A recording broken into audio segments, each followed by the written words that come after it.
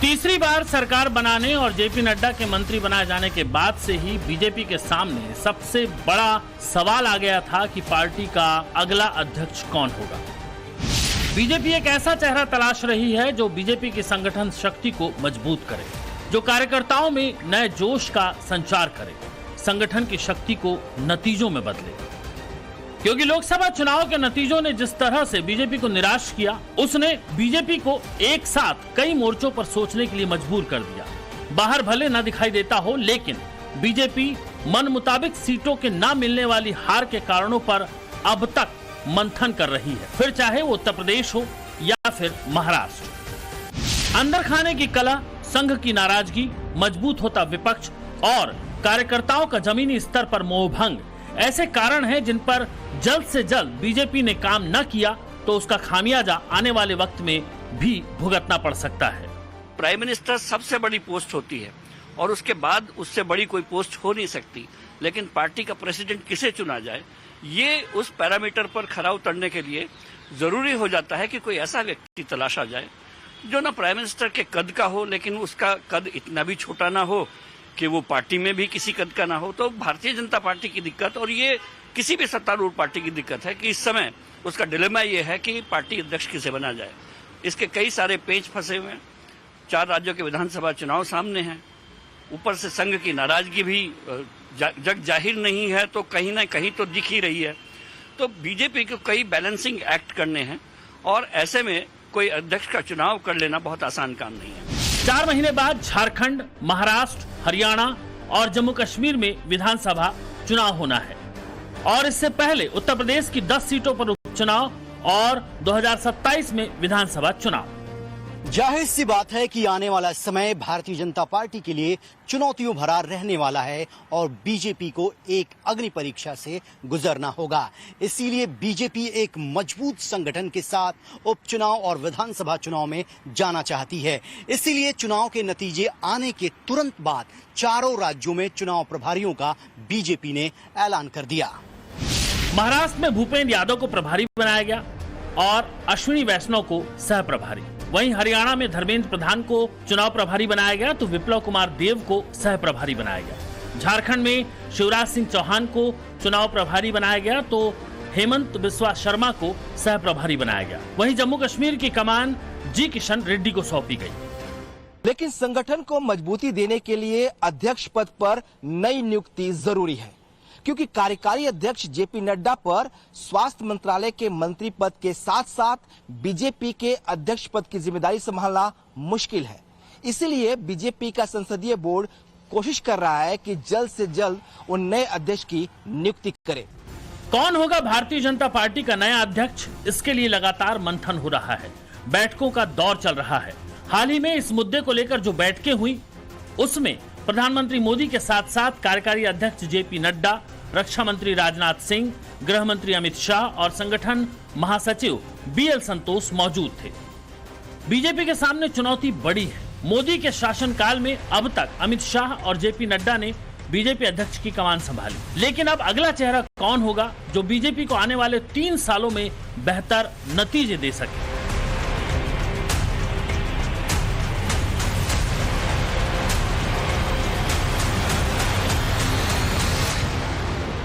अध्यक्ष पद की रेस में तमाम नाम हैं, लेकिन इन नामों में सबसे मजबूत और उपयोगी नाम कौन होगा जो शाह और नड्डा से लंबी लकीर खींच पाएगा, यही सबसे बड़ी चुनौती है। एक वक्त था जब महाराष्ट्र में साल 2019 में विधानसभा चुनाव हो रहे थे, तब पार्टी ने बोरीवली सीट से तावड़े का नाम काट दिया था। वो भी तब जब तावड़े महाराष्ट्र सरकार में उच्च एवं तकनीकी शिक्षा मंत्री थे, लेकिन पार्टी ने उनकी जगह एकदम नए चेहरे सुनील राणे को उम्मीदवार बनाया था। उसके बाद ये कयास लगाए जा रहे थे कि विनोद तावड़े का राजनीतिक कैरियर खत्म हो गया है, लेकिन विनोद तावड़े ने अप्रत्याशित तरीके से पार्टी में अपना कद बढ़ाया और पार्टी के लिए अहम जिम्मेदारियां निभाई। बीजेपी के महासचिव विनोद तावड़े का नाम बीजेपी के अध्यक्ष पद की रेस में आगे चल रहा है, तो इसके पीछे उनकी मजबूत सियासी यात्रा रही है। तावड़े 40 साल से बीजेपी की सक्रिय राजनीति में है। 1980 में वो एबीवीपी में छात्र नेता रहे। 1988 में एबीवीपी के वो महासचिव रहे। 1999 में मुंबई बीजेपी के वो अध्यक्ष रहे। 2011 में विधान परिषद में वो विपक्ष के नेता रहे। 2014 में बोरीवली से विधायक चुने गए और 2020 में बीजेपी के राष्ट्रीय सचिव बने। उसके ठीक बाद 2021 में बीजेपी के महासचिव बन गए। महाराष्ट्र से प्रमोद महाजन के बाद महासचिव के पद पर पहुंचने वाले तावड़े पहले बीजेपी नेता हैं, लेकिन इस सियासी यात्रा में तावड़े ने जो संगठनात्मक कौशल दिखाया वो काबिले तारीफ है। बीजेपी के मौजूदा राष्ट्रीय महासचिव विनोद तावड़े की 2024 के लोकसभा चुनाव में अहम भूमिका रही। बिहार में एनडीए गठबंधन को पटरी पर लाने का श्रेय भी तावड़े को ही जाता है। नीतीश कुमार आज बीजेपी के साथ हैं तो उसके पीछे तावड़े का ही कौशल है। दूसरी पार्टी के अहम नेताओं को बीजेपी में शामिल करवाने में तावड़े ने अहम रोल निभाया है। बीजेपी के मराठा नेता तावड़े इन्हीं खासियतों की वजह से मोदी और शाह की गुड लिस्ट में सबसे ऊपर है। लेकिन सवाल है, क्या बीजेपी इस मराठा चेहरे पर दांव लगाएगी? अगर नहीं तो फिर कौन? बीजेपी अध्यक्ष की रेस में अगला नाम महाराष्ट्र की सियासत से देवेंद्र फडणवीस का हो सकता है, जो वर्तमान में महाराष्ट्र सरकार में डिप्टी सीएम हैं। साल 2014 में भारतीय जनता पार्टी जब सत्ता में आई, उस वक्त देवेंद्र फडणवीस भारतीय जनता पार्टी का महाराष्ट्र में चेहरा बन गए। साल 2014 से लेकर 2019 तक वो महाराष्ट्र के मुख्यमंत्री रह चुके हैं। महज 44 साल की आयु में महाराष्ट्र जैसे बड़े राज्य का मुख्यमंत्री बनना देवेंद्र फडणवीस के राजनीतिक कौशल को दिखाता है। फडणवीस को राजनीतिक पिता से विरासत में मिली। ब्राह्मण परिवार से ताल्लुक रखने वाले फडणवीस संघ पृष्ठभूमि से हैं।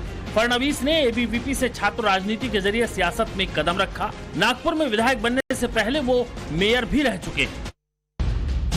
फडणवीस की मोदी से मुलाकात के बाद ही तय हो गया था कि महाराष्ट्र में मोदी बड़ा फेरबदल करने वाले हैं। विनोद तावड़े और फडणवीस के बीच केमिस्ट्री ठीक नहीं है, इसीलिए फेरबदल का फायदा किसे होगा और किसे नुकसान होगा ये कहना मुश्किल है। जितनी नजर महाराष्ट्र पर है, उतनी ही नजर मोदी की यूपी पर भी है।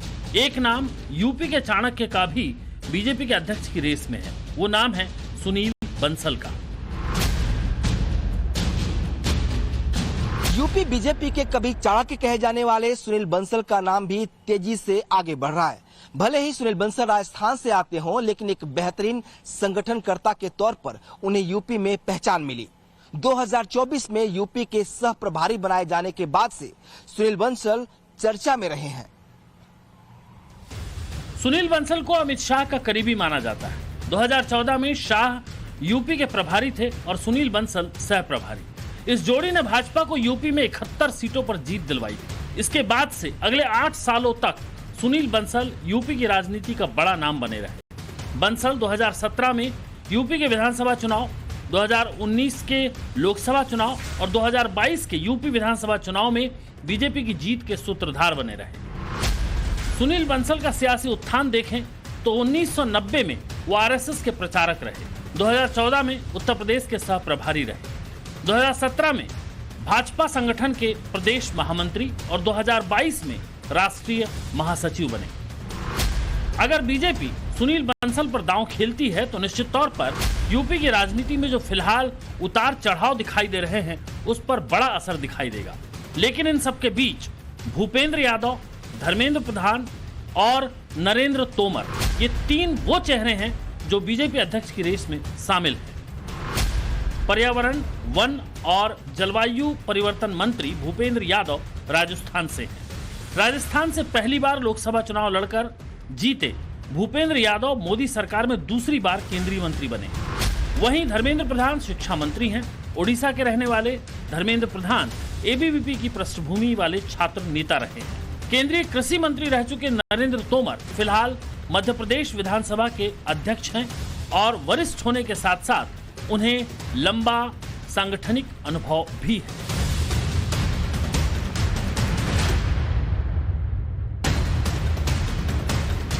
नए उत्साह, नए उमंग के साथ काम करने की हमारी ऊर्जा है।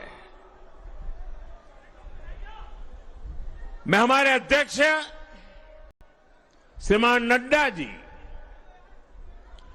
और संगठन की केंद्र की टीम, संगठन की राज्यों की टीम, जिले की टीम, मंडल की टीम, बूथ लेवल की कमेटी हो या पन्ना प्रमुख, नड्डा जी के नेतृत्व में अनेक चुनौतियों के बीच जिस हिम्मत के साथ,